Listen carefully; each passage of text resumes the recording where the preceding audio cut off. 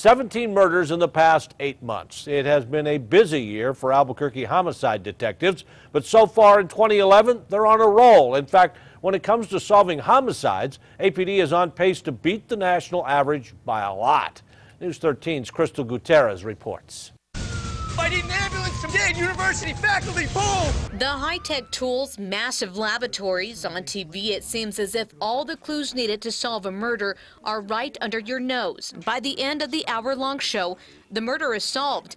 Real-life detectives say it's not always that simple. Well, it's giving you a sample of what really happens, but it's not completely accurate. APD Lieutenant Gary Reed says while his detectives don't typically arrest their murder suspects within minutes, their turnaround rate in solving murders is pretty fast. In April, police responded to this neighborhood after a man was found shot to death.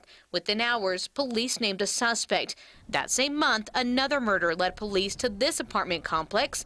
Days later, police arrested James Young III, accusing him of strangling the victim.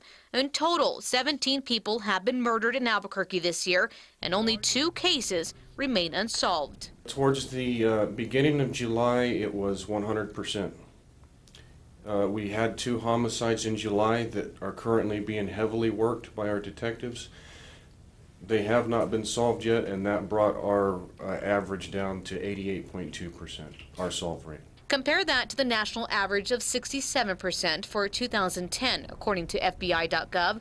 Reed credits APD's high solve rate to dedicated detectives who at times stay on homicide calls for 35 to 40 hours straight. Detective Jason Morales agrees. I think our success rate is due to the fact that the detectives do take those cases personally. They don't, at times, go home to sleep. We go days without seeing our families, but we do it for a purpose. That purpose, finding a killer and getting answers for the victims' families. Crystal Gutierrez, KRQE News 13.